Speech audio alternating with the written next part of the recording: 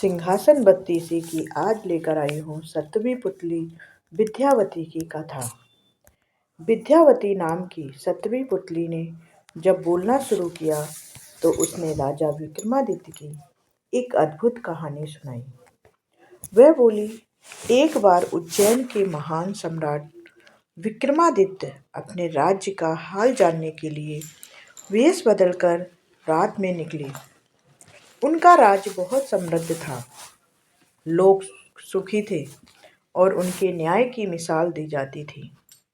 फिर भी राजा विक्रम यह देखना चाहते थे कि कहीं किसी को कोई परेशानी या दुख तो नहीं है। ऐसे ही घूमते हुए वे एक छोटे से झोपड़े के पास पहुंचे। अंदर से उन्हें पति पत्नी की बातचीत सुनाई दी। पत्नी कह रही थी, तुम राजा के पास क्यों नहीं जाते? उनसे कहो वे इतने न्यायप्रिय हैं, जरूर हमारी मदद करेंगे। पति बोला, नहीं, मैं अपने स्वार्थ के लिए अपने राजा को किसी संकट में नहीं डाल सकता। यह सुनकर विक्रम को जिज्ञासा हुई कि आखिर ऐसा क्या मामला है जिसमें उनकी प्रजा उनसे मदद मांगने से डर रही है। वे आगे बढ़े और दरवाजा खटखटाया। अंदर से एक ब्राह्मण दंपत्ति बाहर आए। विक्रम ने बड़े विनम्र स्वर में कहा, भाइयों, मैं यात्री हूँ, आपकी बात अनजाने में सुन ली। अगर कोई दुख है तो बताइए, शायद मैं कुछ मदद कर सकूं। पहले तो ब्राह्मण दंपत्ति डर गए, लेकिन जब राजा ने उन्हें भरोसा दिलाया कि वे निडर होकर सच बताएं, तब उन्होंने अपनी पूरी बात उनको बताई। ब्राह्मण ने कहा, महाराज, हमारी शादी को 12 साल हो गए, लेकिन हमें आज तक संतान का सुख नहीं मिला। हमने व्रत, उपवास, पूजा पाठ, हर उपाय किया, पर कोई फायदा नहीं हुआ। फिर एक दिन मेरी पत्नी को एक अजीब सपना आया।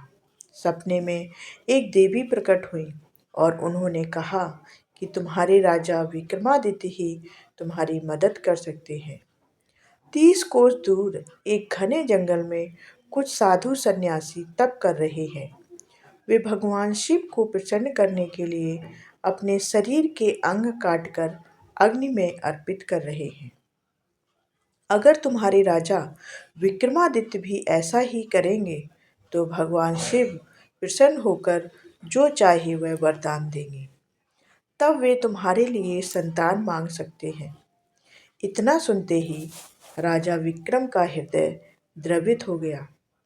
उन्होंने कहा, ब्राह्मण देव, चिंता मत कीजिए, आपके लिए मैं यह कार्य अवश्य करूँगा।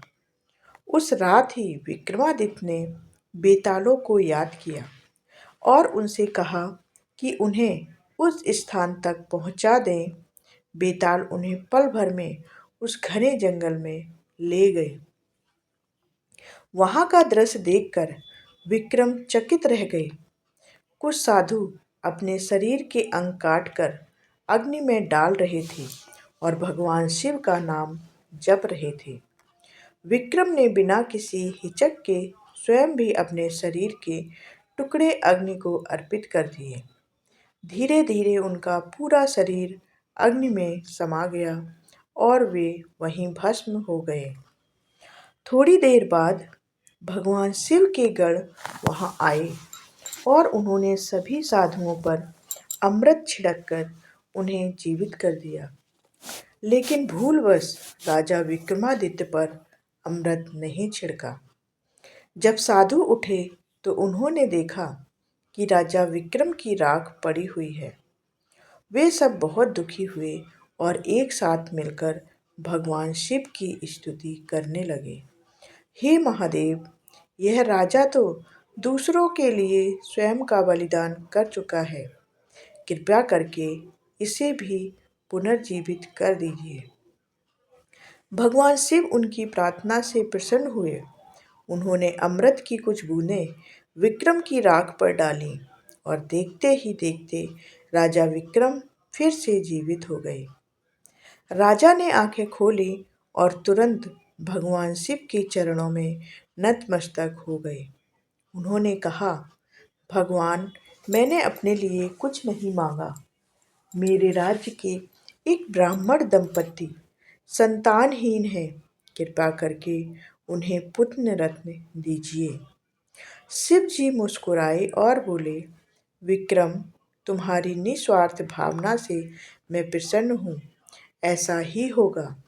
और फिर कुछ ही दिनों बाद वह ब्राह्मण दंपति सचमुच एक सुंदर पुत्र के माता पिता बने।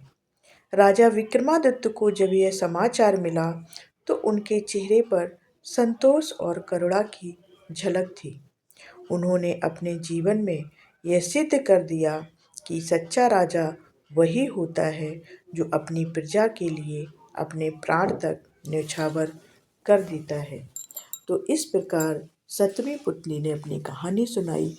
अगली पुतली की कहानी सुनने के लिए हमारे चैनल को सब्सक्राइब कर लें और कहानियों को सुनते और देखते रहें। धन्यवाद।